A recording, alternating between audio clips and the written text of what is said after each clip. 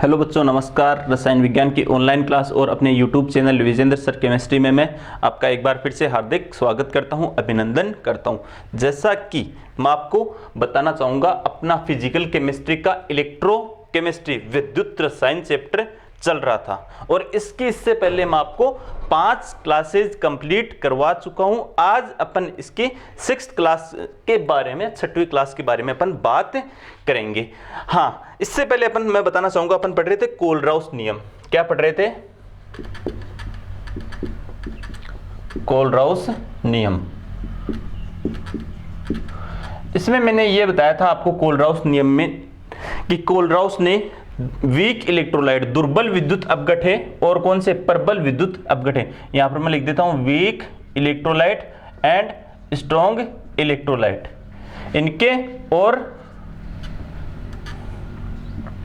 एवं सांद्रता के वर्गमूल के मध्य आरेख खींचे और एक प्रायोगिक समीकरण दी। वो आरेख इस प्रकार से थे, यानी वीक इलेक्ट्रोलाइट और स्ट्रॉन्ग इलेक्ट्रोलाइट की किसके मध्य खींचे? मोलर चालकता और सांद्रता के वर्गमूल के मध्य। तो ये है मोलर चालकता, ये है सांद्रता का वर्गमूल। तो ये आरेख इस प्रकार से प्राप्त हुए, मैं बता चुका था आपको। जैसे ये किसका है? KCl का। जैसे ये NaCl का। और कुछ एक आरेख ऐसे भी प्राप्त हुए, जैसे CH3COOH का, और इसी प्रकार H2CO3, या फिर मैं ले लूं NH4OH का। ये आरेख इस प्रकार से प्राप्त हुए। यहां पर मैं आपको बताना चाहूंगा, इसमें बड़ा एक मार्कर है रेड, वो निकालना। मैं इसमें यहां पर आपको बताना चाहूंगा, ये है स्ट्रॉन्ग इलेक्ट्रोलाइट। ये दोनों कैसे हैं? स्ट्रॉन्ग इलेक्ट्रोलाइट है। और ये जो दोनों हैं वो कैसे हैं? वीक इलेक्ट्रोलाइट है। स्ट्रॉन्ग इलेक्ट्रोलाइट है KCl और NaCl। वैसे मैंने बता रखा है स्ट्रॉन्ग बेस, स्ट्रॉन्ग एसिड, नीचे वाले में देख ले, strong base, strong acid, strong base और स्ट्रॉन्ग एसिड का साल्ट। ये जो सभी होते हैं वो कैसे होते हैं? स्ट्रॉन्ग इलेक्ट्रोलाइट की तरह बिहेव करते हैं। और ये जो वीक वाले हैं, वीक एसिड हो सकते हैं, वीक बेस हो सकते हैं, वीक एसिड और वीक बेस का क्या हो सकता है? साल्ट हो सकता है। ये सभी के सभी कैसे बिहेव करते हैं? ये वीक इलेक्ट्रोलाइट की तरह बिहेव करते हैं। ये मैंने बताया था। तो ये कैसे हैं? Strong electrolyte. और यहां पर ये कौन से हैं?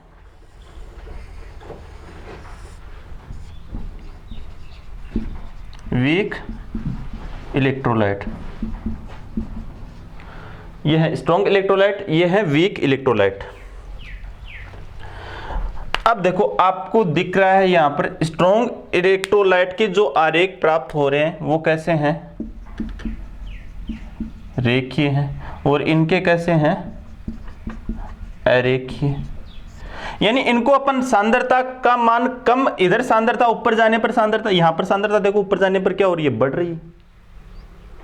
सॉरी, ऊपर जाने पर मोलर चालकता क्या हो रही है? बढ़ रही है। और ये है यहां पर सांद्रता, सांद्रता इधर जाने पर बढ़ रही है। ठीक है, अब अपन इसको शून्य सांद्रता, देखो एक चीज ध्यान रखना, शून्य सांद्रता, शून्य सांद्रता का मतलब होता है अनंत तनुता। इसका मतलब क्या होता है? अनंत तनुता। इस चीज का ध्यान रखना। शून्य सांद्रता मीन्स अनंत तनुता। मतलब अपन ने विलय कांस्टेंट रखा और विलायक मिक्स कर रहे हैं, तो सांद्रता क्या होगी? घटेगी।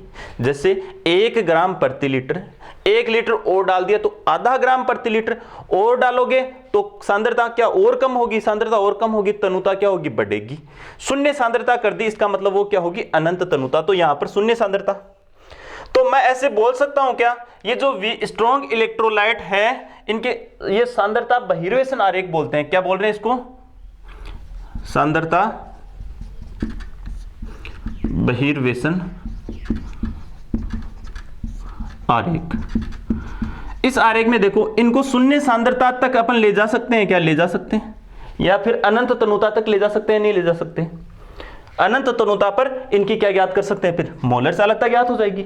तो स्ट्रॉन्ग इस सांद्रता बहिर्वेशन आरेख द्वारा अनंत तनुता बोलूं या फिर मैं क्या बोलूं, शून्य सांद्रता पर लेमड़ा एम वो होगी, ज्ञात कर सकते हैं, ज्ञात कर सकते हैं। क्लियर है ये बात सभी को? जबकि यहां पर ये आरेख कैसे हैं, इनके लिए आरेख कैसे हैं? अरेखीय, अर्थात इनको शून्य सांद्रता तक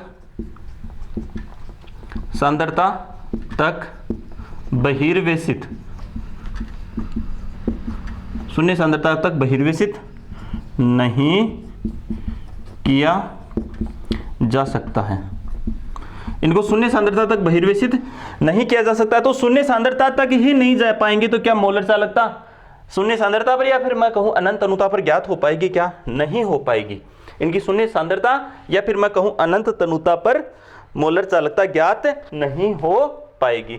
तो इनकी इस आरेख से अपन मोलर चालकता ज्ञात नहीं कर सकते।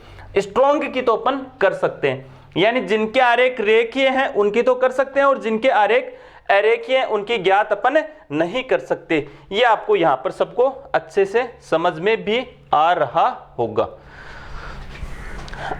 क्लियर है ये बात? अब मैं बात करता हूं, मैंने कहा था कोलराउस ने वीक इलेक्ट्रोलाइट और स्ट्रॉन्ग इलेक्ट्रोलाइट की मोलर चालकता और सांद्रता के वर्गमूल के मध्य आरेख खींचे। ये आरेख स्ट्रॉन्ग के लिए, वीक के लिए, स्ट्रॉन्ग के लिए शून्य सांद्रता या अनंत तनुता तक बहिर्वेशित कर सकते हैं, अर्थात वहां पर अनंत तनुता पर मोलर चालकता अपन डिटरमाइन कर सकते हैं। जबकि वीक को ये आगे क्या हो जाते हैं, स्थिर हो गए, तो इनको शून्य सांद्रता तक अपन नहीं ले जा सकते। अर्थात इन आरेखों से जो वीक इलेक्ट्रोलाइट है उनकी अनंत तनुता पर या शून्य सांद्रता पर मोलर चालकता अपन डिटरमाइन नहीं कर सकते। ये बात सबको क्लियर होनी चाहिए। अब वो आरेख, जो आरेख था, वो जो फॉर्मूला था, उसकी बात करते हैं अपन, यानी दी गई सांद्रता पर मोलर चालकता क्या होगी उसके बारे में अपन बात करते हैं। ये दी गई सांद्रता पर मोलर चालकता और ये है अनंत तनुता पर मोलर चालकता माइनस b√c। ये कोलराउस का समीकरण था। ये क्या है? दी गई सांद्रता पर मोलर चालकता, यह है अनंत तनुता पर मोलर चालकता। B क्या है? B स्थिरांक है और C क्या है? सांद्रता। ये C क्या है यहाँ पर? C बराबर सांद्रता। ये है। अब देखो, ये कोलराउस समीकरण था, इसका कोई सैद्धांतिक आधार नहीं था। इसमें संशोधन किसने किया? ओनसागर द्वारा, या ओनसागर द्वारा इसमें क्या किया गया? द्वारा संशोधित गणितीय समीकरण दी गई, समीकरण दी गई। ओनसागर द्वारा जो संशोधित समीकरण दी गई, वो समीकरण कौन सी थी? दी गई सांद्रता पर मोलर चालकता और ये अनंत तनुता पर मोलर चालकता, ये 82.40/dt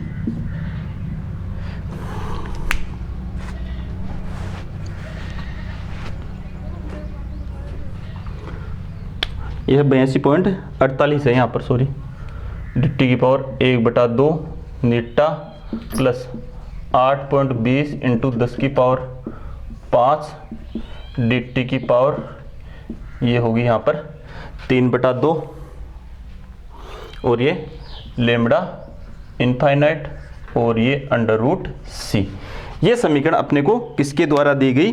ये समीकरण अपने को दी गई ओनसागर के द्वारा। अब देखो, ये समीकरण भी मैं आपको कल करवा चुका था। यहां पर यह है अनंत तनुता पर मोलर चालकता, सॉरी, दी गई सांद्रता पर, यह है अनंत तनुता पर मोलर चालकता।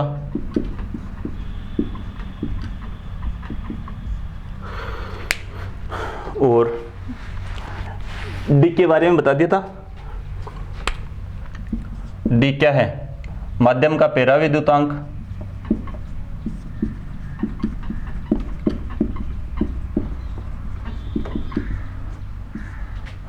टी क्या है? परमताप।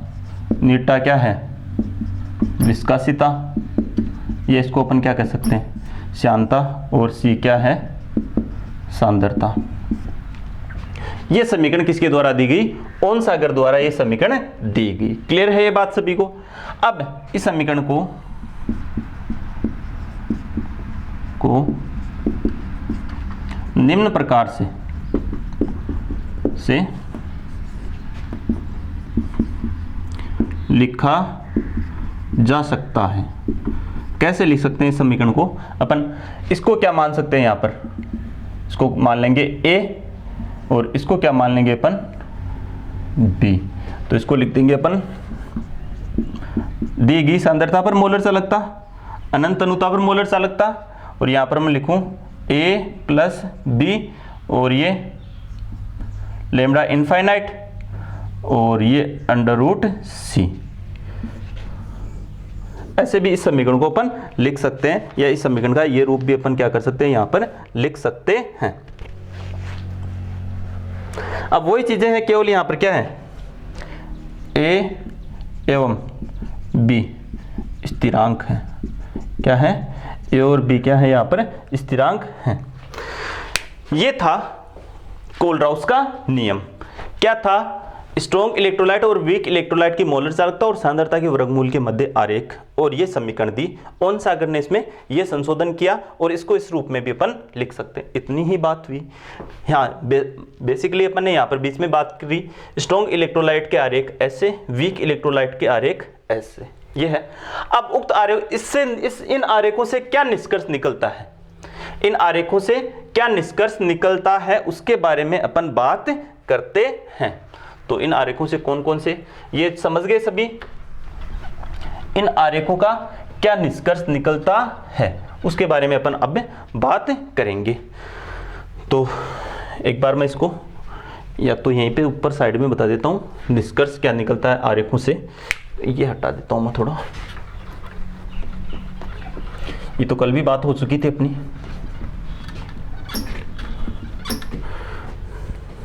ये कैसे, इनके लिए कैसे होते हैं? रेखीय। इस आरेख का क्या निष्कर्ष है?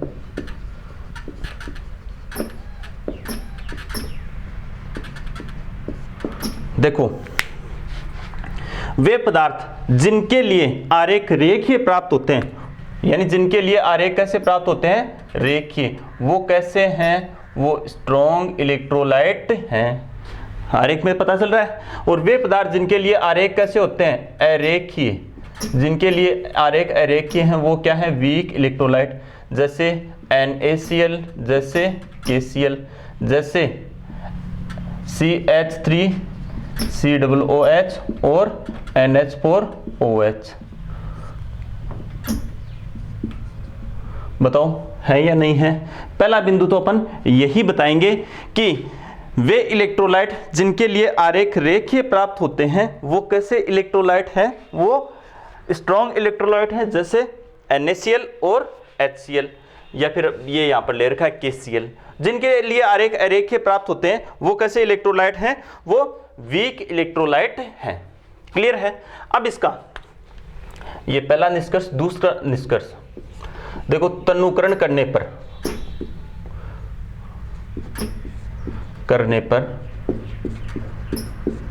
मोलर चालकता में क्या होती है? वृद्धि होती है।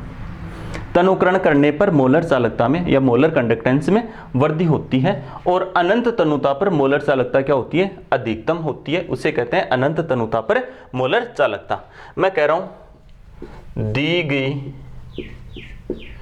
पहले मैं कहूं स्थिर ताप पर, स्थिर ताप पर एवं दी गई तनुता, या फिर मैं कह दूं सांद्रता, या क्या कह सकता हूं तनुता पर विद्युत अपघटन की मोलर चालकता के मान निश्चित होते हैं, निश्चित होते हैं, क्योंकि विद्युत अपघटन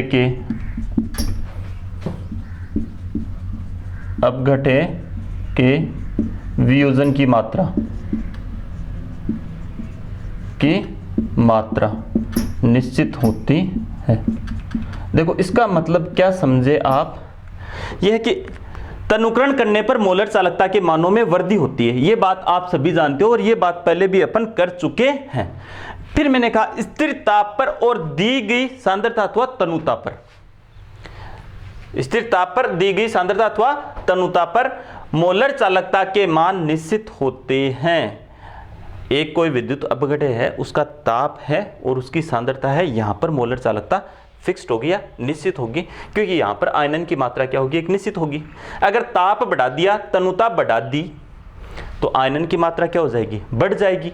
आयनन की मात्रा बढ़ने के कारण मोलर चालकता वहां पर क्या हो जाएगी, बढ़ जाएगी। तो ये बात सबको समझ में आनी चाहिए। स्थिर ताप भी बोलूंगा और दी गई तनुता या फिर दी गई सांद्रता पर मोलर चालकताओं के मान क्या होते हैं, निश्चित, क्योंकि वहां पर आयनन की मात्रा क्या होती है, निश्चित। जैसे फॉर एग्जाम्पल जैसे NaCl लिए मैंने, और या फिर कोई दूसरा ले सकते, Na2SO4 लिया, कुछ भी ले सकते हैं अपन, जैसे Na2SO4 अपन ने ये लिए, ताप है मान लो 375 केल्विन या फिर 300 केल्विन ताप है, 300 केल्विन ताप मान लेते हैं।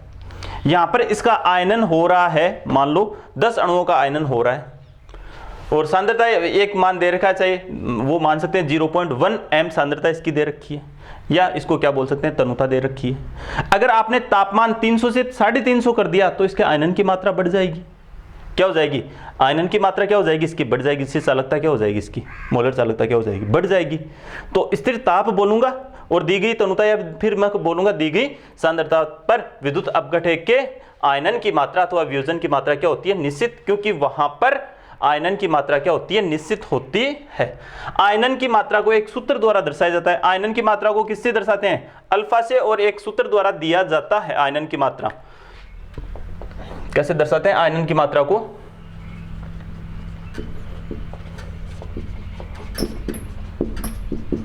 या फिर मैं कहूं वियोजन की मात्रा। इसको मैं रफ कर रहा हूं, यहां वाले को देख लेना आप।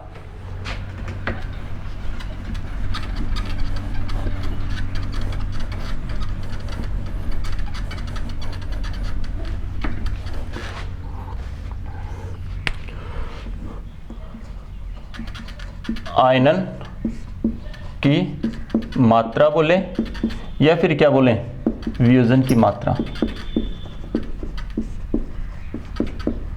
ये किसके द्वारा शो करते हैं इसको, अल्फा द्वारा। किसके द्वारा, आयनन की मात्रा हो या वियोजन की मात्रा, किसके द्वारा शो करते हैं, अल्फा द्वारा। इसका सूत्र क्या होता है, आयनन की मात्रा या वियोजन की मात्रा दी गई तनुता भी बोल सकते हैं और दी गई क्या बोल सकते हैं अपन, सांद्रता भी बोल सकते हैं।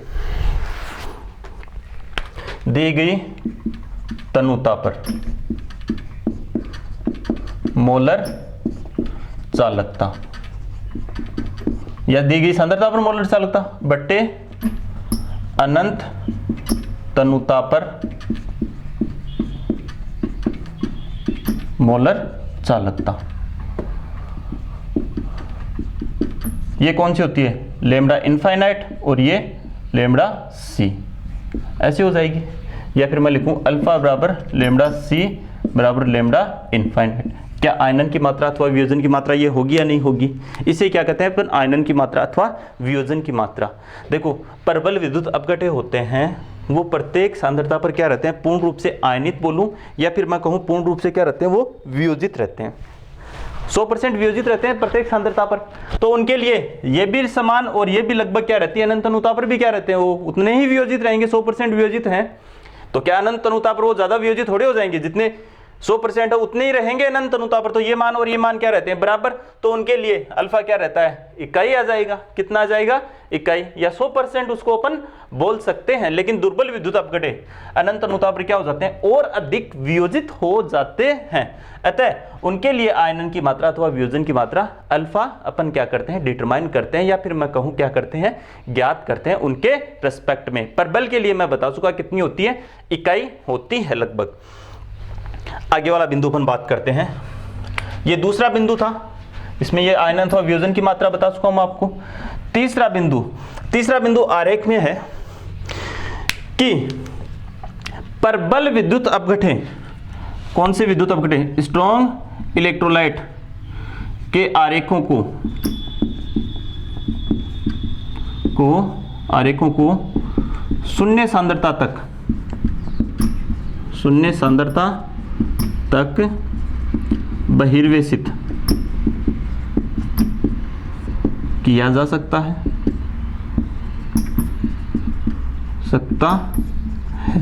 कर सकते हैं क्या? बता चुका हूं मैं। शून्य सांद्रता तक इसको ले जा सकते हैं क्या?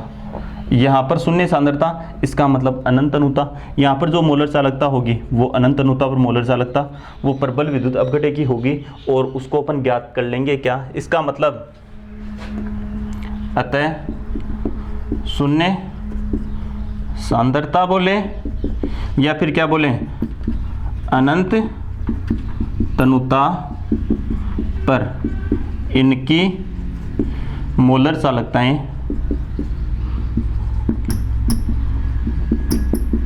उक्त आरेख से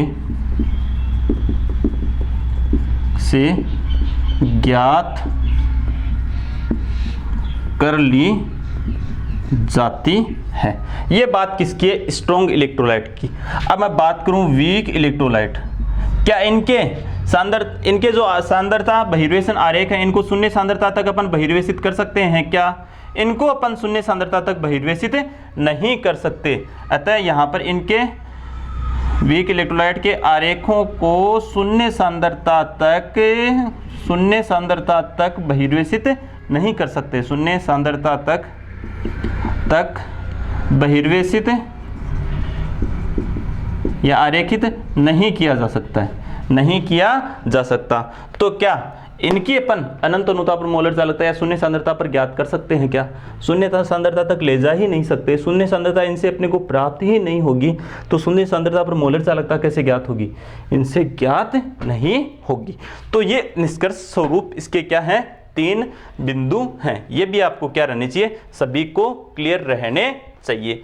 तो अभी मैंने आपको एक फॉर्मूला ही बताया है, वो अपन ने लिखा जैसे दी गई सांद्रता पर, ये अनंत अनुता पर, यहाँ पर लिखा a + b और ये अनंत अनुता और ये √c। ये उन सागर का संशोधित रूप है। इसमें b और a क्या थे? a और b क्या थे? यहाँ पर स्थिरांक थे। फिर इसके बाद में मैंने बताया जो आरेख है उसके 3 निष्कर्ष निकलते हैं। इसके रेखीय है स्ट्रॉन्ग इलेक्ट्रोलाइट, अरेखीय है वीक इलेक्ट्रोलाइट। क्लियर बिंदु 1। दूसरा, तनुकरण करने पर मोलर चालकता बढ़ती है और एक स्थिर ताप पर और निश्चित तन्यता पर, स्थिर ताप पर और एक निश्चित तन्यता पर विद्युत अपघटे की मोलर चालकताएं क्या रहती है? फिक्स रहती है, क्योंकि वहां पर आयनन अथवा वियोजन की मात्रा क्या रहती है? फिक्स रहती है। तापमान घटाओगे बढ़ाओगे चेंज हो जाएगी, अगर सांद्रता या तन्यता बढ़ाओगे घटाओगे चेंज हो जाएगी। और फिर आयनन की मात्रा अल्फा या वियोजन की मात्रा अल्फा को अपन ऐसे, स्ट्रॉन्ग के लिए आयनन की मात्रा या वियोजन की मात्रा इकाई, वीक के लिए अपन इसको निकालते हैं। फिर मैंने तीसरा बिंदु बताया, सांद्रता बहिर्वेशन आरेख जो स्ट्रॉन्ग इलेक्ट्रोलाइट है इनको शून्य तक ले जा सकते हैं, और शून्य सांद्रता मतलब अनंत तन्यता, शून्य सांद्रता मतलब अनंत तनुता पर इसकी मोलर चालकताएं क्या हो जाएगी, ज्ञात हो जाएगी। वहां पर क्या कहलाएगी वो मोलर चालकताएं, अनंत तनुता पर इनफाइनाइट डायल्यूशन पर मोलर चालकता। और इनके लिए अपन शून्य सांद्रता तक इनको परिवेशित अपन कर ही नहीं सकते, तो इनकी ज्ञात यहां पर नहीं होगी। क्लियर है ये बात सभी को? चलो अब अपन नेक्स्ट की बात करते हैं। तो इसका आप स्क्रीनशॉट ले सकते हो और नोट्सों में इस प्रकार से आपको इसको प्रिपेयर करके उतारना है। अब अपन पढ़ेंगे कोलराउस नियम के अनुप्रयोग।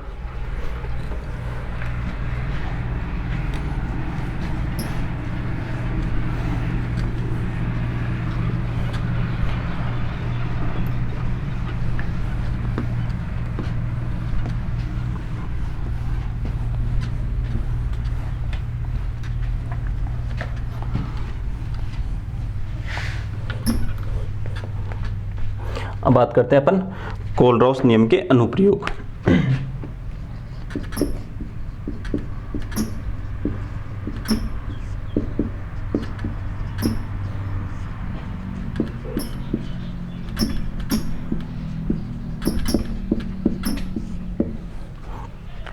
कोलराउस नियम के अनुप्रयोग अपन सबसे पहले पढ़ते हैं कोलराउस के स्वतंत्र अभिगमन का नियम। कौन सा?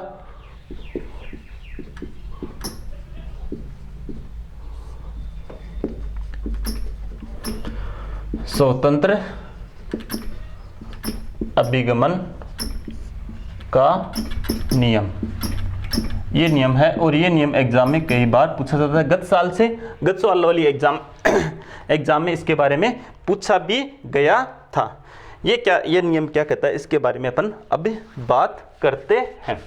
देखो कोलराउस के स्वतंत्र अभिगमन का नियम अपने को ये कहता है कि अनंत तनुता पर, कहां पर? अनंत तनुता पर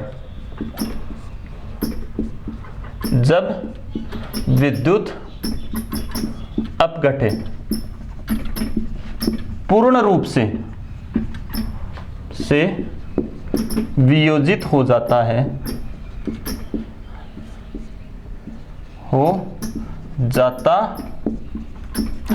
या फिर मैं कहूं आयनित हो जाता है, एक ही बात है, आयनित हो जाता है तथा अंतर आयनिक आकर्षण बल समाप्त हो जाते हैं, बल समाप्त हो जाते हैं, तब प्रत्येक आयन किसका? तब विद्युत अपघट्य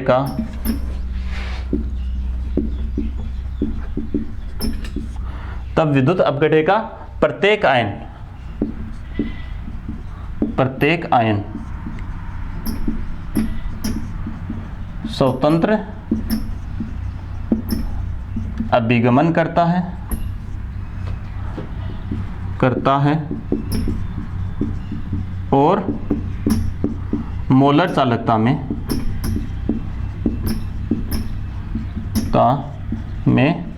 एक निश्चित योगदान करता है, निश्चित योगदान करता है। यह है कोलराउस का नियम। जैसे अनंत तनुता पर किसी विद्युत अपघट्य की मोलर चालकता है, किसके योग के बराबर होगी? अनंत तनुता पर कैटाइन की मोलर चालकता और अनंत तनुता पर एनाइन की मोलर चालकता। तो ये क्या है? अनंत तनुता पर विद्युत अपघट्य की मोलर चालकता, अपघट्य की मोलर चालकता, ये क्या है? कैटाइन अनंत तनुता पर, कैटाइन यानी धनायन की मोलर चालकता, और ये क्या है? अनंत तनुता पर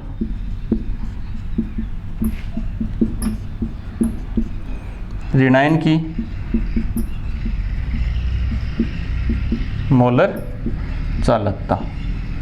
अब इसको अपन देखो समझते हैं, मैं आपको इसको समझाता हूँ। ये थ्योरी है इसकी, ये थ्योरी अपने को ऐसे समझ में आएगी, इस तरह से मैं बता देता हूँ अभी आपको। जैसे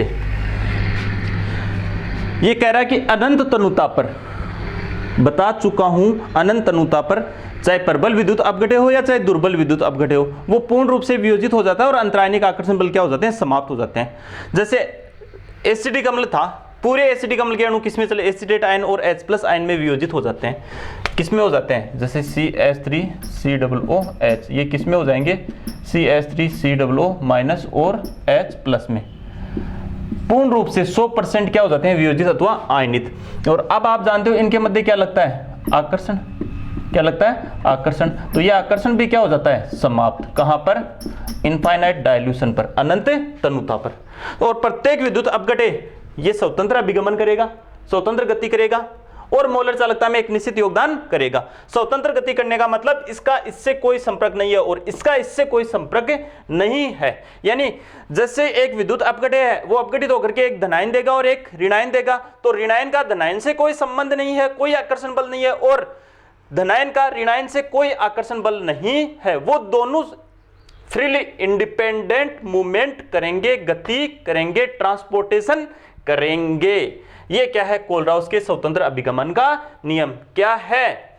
यानी अनंत तनुता पर जब विद्युत अपघटय पूर्ण रूप से वियोजित हो जाता है और अंतरायनिक आकर्षण बल पूर्ण रूप से वियोजित, अंतरायनिक आकर्षण बल क्या हो जाते हैं, समाप्त, तब विद्युत अपघटय का प्रत्येक आयन स्वतंत्र अभिगमन करता है और मोलर चालकता में एक क्या करता है, निश्चित योगदान करता है। क्लियर हुई ये बात सभी को, मोलर चालकता में क्या करेगा, एक निश्चित योगदान करेगा, ये बात। ये तो मोलर चालकता, धनायन की मोलर चालकता और ऋणायन की मोलर चालकता उस विद्युत अपघटय की क्या हो जाएगी, मोलर चालकता ये हो जाएगी। क्लियर है यहां पर सभी को। तो ये था कोलराउस के स्वतंत्र अभिगमन का नियम। ये नियम आपको क्या रहना चाहिए, सभी को याद रहना चाहिए। अब देखो, एक तो यहां पर मैं मोलर दो चालकताएं की बात करें ना, एक तो मोलर चालकता और एक है तुल्यांकी चालकता।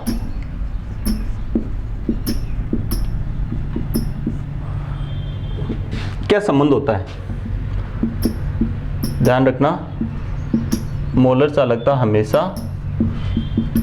तुल्यांकी चालकता से क्या होती है, तुल्यांकी चालकता से क्या होती है, बड़ी ही होती है। मोलर चालकता ऑलवेज ग्रेटर देन तुल्यांकी चालकता। और एक संबंध ये भी याद है क्या, मोलरता और एक होता है नॉर्मलता। इन दोनों में बड़ा कौन होता है, नॉर्मलता। और ये इन दोनों में बराबर, जैसे मैं लिखूं, ये ऊपर लिख दिया, मोलरता और नॉर्मलता में बड़ी कौन होती है, मैं कह रहा हूं नॉर्मलता बड़ी होती है। और यहां पर मैंने कहा मोलर चालकता तुल्यांकी चालकता से क्या होती है, बड़ी होती है। अगर आपको, चलो ये अपनी बुक में तो है नहीं, मोलर चालकता दे रखी है, तुल्यांकी चालकता ज्ञात करनी है, तो एक अक्स फैक्टर का इनमें अंतर रहता है। अक्स फैक्टर से या फिर मैं कहूं एन से क्या करना पड़ता है, मल्टीप्लाई करना होता है। मोलर चालकता बराबर क्या हो जाता है, वो अक्स फैक्टर इनटू तुल्यांकी चालकता। अपने को इतना ही ध्यान रखना है। क्लियर हुई। अब देखो मैं इसको और थोड़ा सा एक्सप्लेन कर देता हूं, जैसे अपनी बुक में कुछ एग्जाम्पल दे रखे हैं उनके आधार पर। तो ये तो सबको आपको उतारना है, अपनी कॉपी में नोट डाउन करना है इसको अच्छे से। अब ये कोलराउस का नियम, इसको इधर मैं सोल्व कर देता हूं, कुछ एक एग्जाम्पल से आपको समझा देता हूं।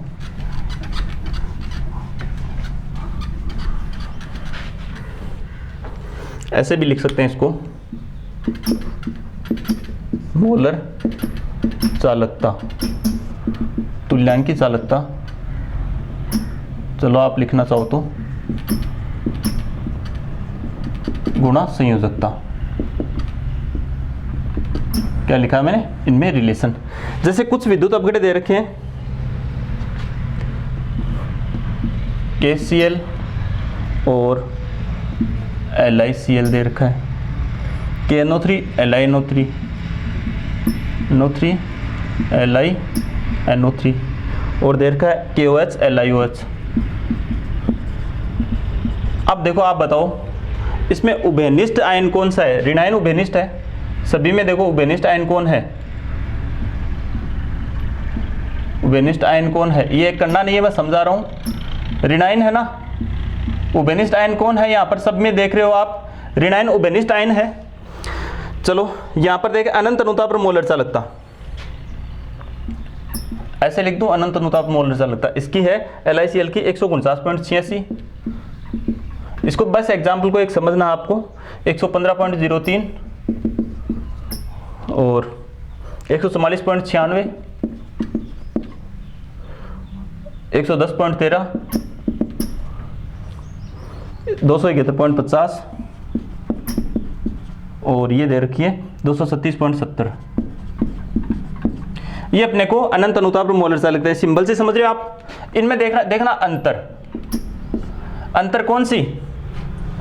इन दोनों की मोलर चालकताओं में अंतर। देखो ये अंतर कितना आया? 34.83।